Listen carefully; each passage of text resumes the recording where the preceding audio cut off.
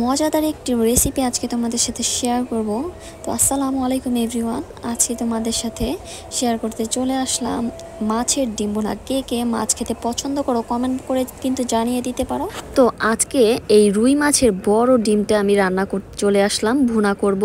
তো বড় এই রুই মাছের মধ্যে এই দুইটা ডিম ছিল, ডিমগুলো আমি ভালোভাবে কিন্তু ধুয়ে নিয়েছি। এই ডিমগুলো একটু কালোই হয়, তো আমি তাও কিন্তু খুব ভালো করে পরিষ্কার করে ধুয়ে এরপর একটু হলুদ আর লবণ মাখিয়ে এটাকে ভেজে নিব। ভেজে নেওয়ার পরে দেখতে পারবে কত সুন্দর একটি কালার হয়েছে। এই রুই মাছটার ডিমটা যে কালো ছিল এটা বোঝাই যাবে না।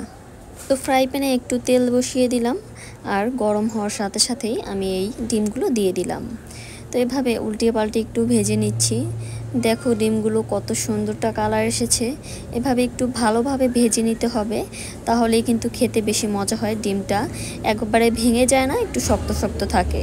তো এপিট পিঠ উল্টিয়ে ভালোভাবে ডিমটা ভেজে নিলাম। এ পর্যায়ে আমি চুলার জালটা বন্ধ করে ডিমটা এখন একটু কেটে নেব। এভাবে ছুরি দিয়ে কেটে নিলে পিস পিস করে, তাহলে রান্না করতে সুবিধা হয়। তো কাটা হয়ে গেলে আমি এখানে ফ্রাই প্যান বসিয়ে দিলাম। কিছুটা তেল দিয়ে এখন দিয়ে দিব পেঁয়াজ। যেহেতু পেঁয়াজ কুচি দিয়ে আজকে পুরো ডিমটা ভুনা করব, তো পেঁয়াজের পরিমাণটা কিন্তু একটু বেশিই লাগবে।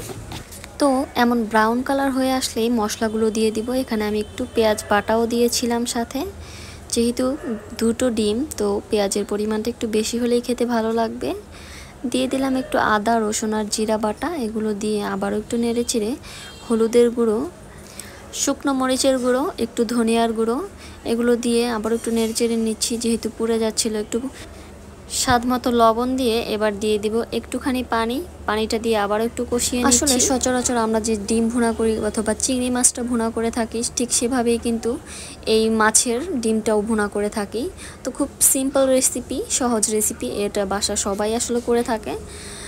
তবুও আজকে যেহেতু এই মাছটা ভুনা করা হচ্ছে, চেষ্টা করলাম তোমাদের সাথে একটু শেয়ার করার। আর কিছুই না, সবাই এরকম রান্না সিম্পলভাবেই পারে।